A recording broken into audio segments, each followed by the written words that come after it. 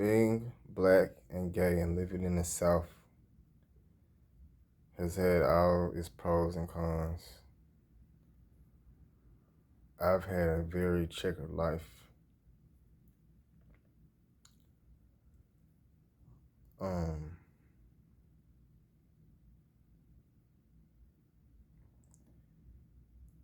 from the time I know, kindergarten, I knew something was different. And I think other people around me saw this, especially my family.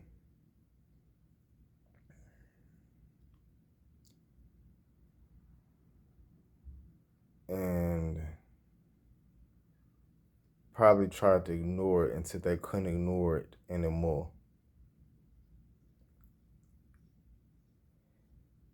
It was hard enough with the neglect of my mother,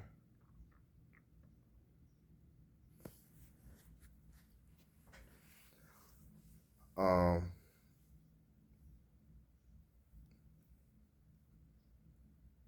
and of course race and the social class thing, being in poverty.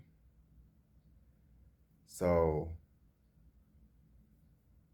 I feel like there were people in my family that just wanted to try to protect me from any further damage from the things that they had to go through.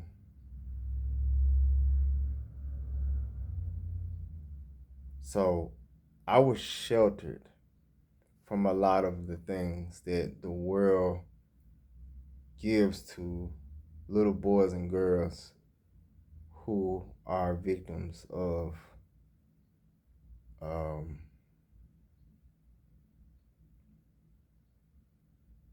the not so good in life. I always had nice clothes. I never starved. My family was never rich by any means, but I came from hustlers. I came from people who had to go and get it by any means, and they turned the worst of situations into businesses. People in my family are military people, teachers, um, business owners, landowners.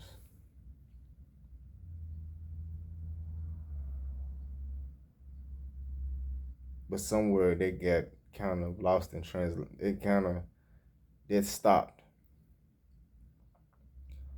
Um,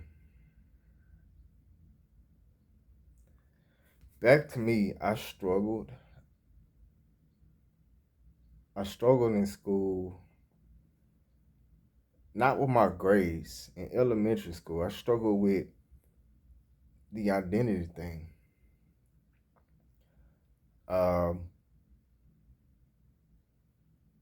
so I went from the projects, from being left on a mattress by my mother, and God knows the things that I saw in that period of um those first 7 years. I saw a lot of things. To this day, I don't remember a lot of it. Just little highlights and clips, like most people. And something in me just wanted to be loved. I wanted to be accepted. So I tried my hardest to always come up with characters for myself so other people would like me and accept me in school. And this caused me to be a distraction. So I will always get sent home with Darius is very smart. He has a lot of potential, but he won't stop talking. And this caused me to always get in trouble. And of course, uh, having strong black women as my role models to take the place of my mom and my father, I was getting that ass up. Like I was getting not very many, but uh I didn't understand why though. That's the thing. That's the worst thing in the world for a child to get any type of punishment, let alone corporal, and they don't understand why. And that's a big thing with me. Um. So anyway, eventually time would go on, and my body changed, my thoughts would change, and um, little things would happen. My identity. When time for catch a girl, get a girl came along, I really wasn't interested in it. When it was time for me to figure out what was my social role, I still struggled with it. Um, I didn't want to play sports. I avoided all of the things. I wasn't trying to go on the camping situations. I wasn't trying to spend a night over nobody's house. I was in my own world with my toys and my video games and yeah, all of the typical things that quiet, nerdy kids talk about, um, especially in those early formative years. And of course, this made me an outcast. So then came the bullying. Then came the, what's up with him? Why he act like that? Why he talk like that? Why he walk like that? Why you act like you was, whatever. You act like a girl. You act like you know what I'm saying? You a man. You a boy. You supposed to, you know, be ready to fight. You supposed to be ready to square up. You supposed to, shit. You ain't supposed to cry when you get knocked down. I wasn't into none of that shit. Okay? That's just the reality. And I had already, before I had a chance to form any type of identity, there was already a, there was already just a caste system put in place for me that I was not to be accepted. And no matter how hard I tried, no matter how good I was, or tried to be better, or how strong I was, I would always be lesser than.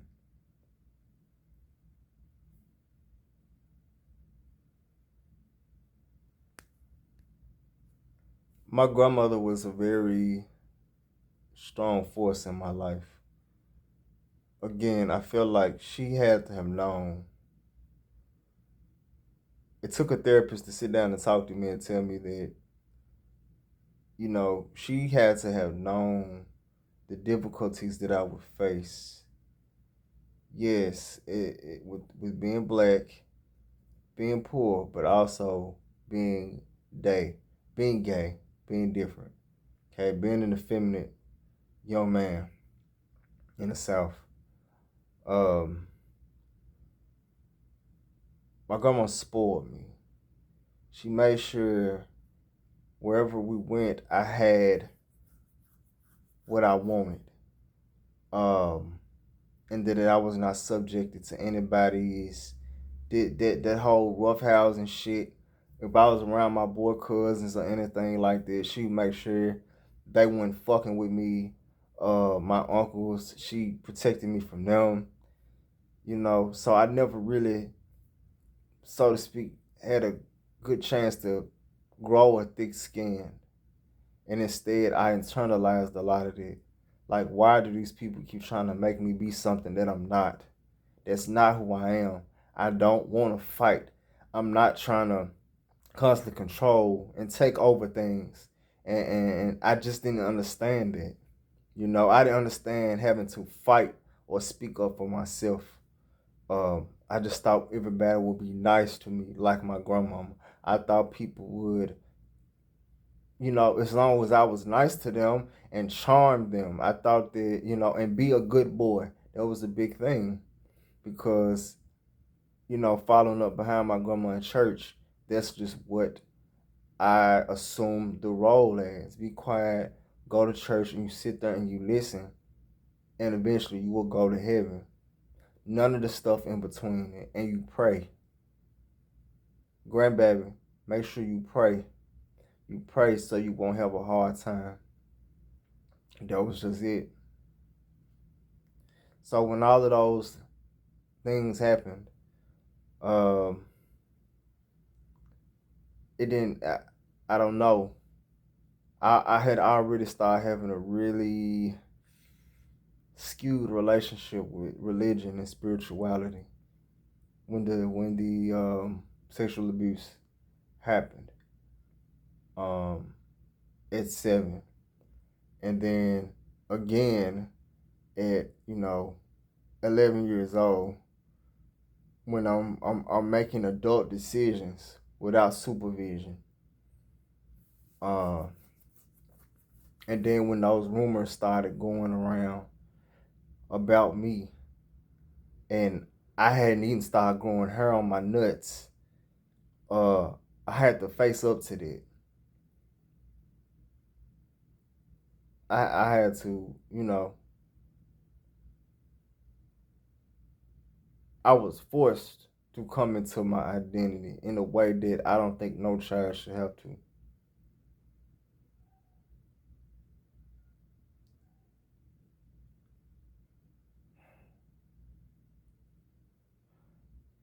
By the time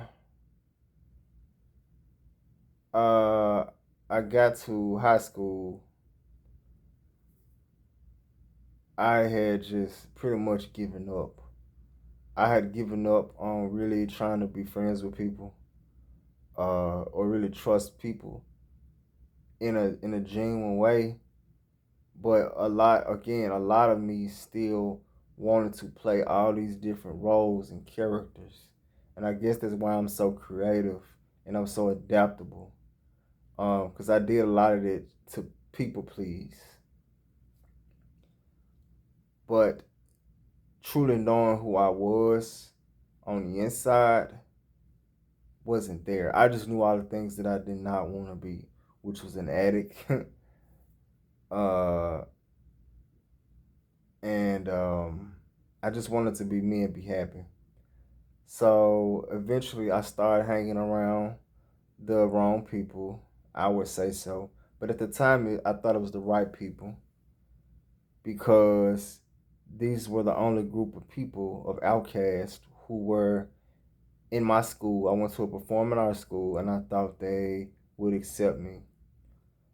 This was my first introduction to different lifestyles, different niches in the community. Uh, I would get my introduction into drugs and alcohol at the age of like 18, 19. So I was going to clubs because I was of age. I was 19, about to graduate high school. And eventually, so one day in particular, I was getting ready to go to this club with these groups of friends who I really didn't know or trust from Adam, but this was my escape. And I know it was my cousin, it was my auntie, two of my aunties were there. Two of the older aunties and one of my cousins were in the house, and my uncle. So that's just how things were going. Like we were all living in the house together, because each person in the house was kind of going through their little situations, and where I grew up in the house, this was the house where if you fell on hard times, this is where everybody stayed. So all of these different traumas and situations at one time were going on. So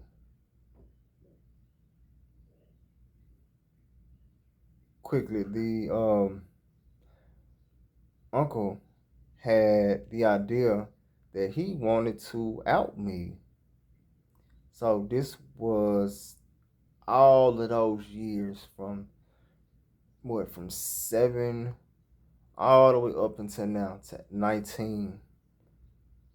And this was the moment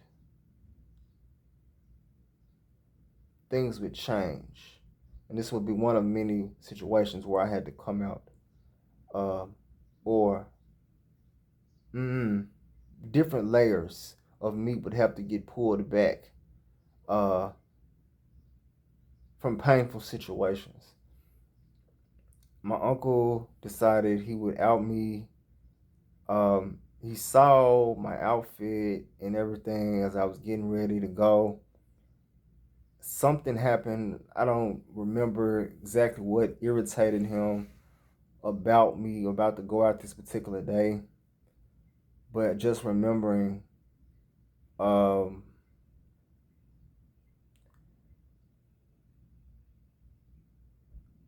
he was like, yeah, yeah, I do drugs. Yeah, I'm a drug addict, but Darius likes men. Wasn't bothering this man. Um, he had just had it out for me. And I understood. It came to mind that he did not like me because he was dealing with his own repressed sexual emotions. But he goes on and he does this. And one of my aunties was like, yeah, we already know what's going on. You don't need to tell us that. That's his life. And if that's what he wants to do with it, that's on him. But we don't have to accept it.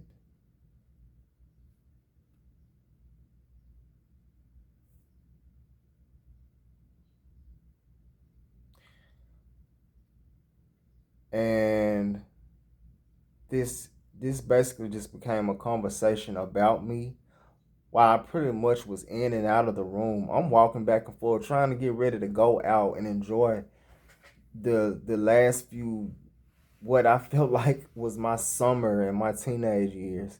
And this is the stuff that I had to deal with. Something that I really wasn't ready to have the conversation about. And um my other auntie, her sister, the oldest, was saying that he forgets. He seems to forget that, she grew up in an era where that was not cool. It was deadly to be that way. The 70s, late 70s, early 80s, it was deadly to be out and open. Even though that was never my intention, just any kind of that people thought that about you. You were a direct target of extreme violence. People were going to hurt you. People, like, seriously. And, she begins to tell me about situations where she would see people who were LGBTQ or cross dressing, and they would walk down the street and people would throw things at them, beer bottles, rocks, things like that. And I believe she told me that she saw someone being chased, but she didn't help the person. The person was trying to ask her for help, and she purposely drove off because she didn't want to be involved or hurt in the situation. This is all a long, drawn out story to say this was just a very awkward ass situation in my young life that pushed me into being the person I would be for the next 3 decades of my life. 2 decades, I'm sorry, not that long. We ain't got there yet. Um,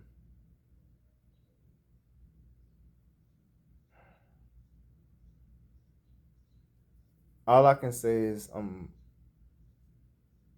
just thankful to still be alive. I'm thankful that it happened. My family life is not perfect. I still have a lot of scarring from those situations that I experienced. Um, Having to navigate them, and then when I did navigate them and learn them, I had to unlearn certain things. Uh, because I was no longer in survival mode anymore. Uh, I have I had to get to a place where I had to heal and really, like I said, understand who I was on a visceral level, um, outside of just doing things to please people and make other people comfortable. Just get along. Yeah.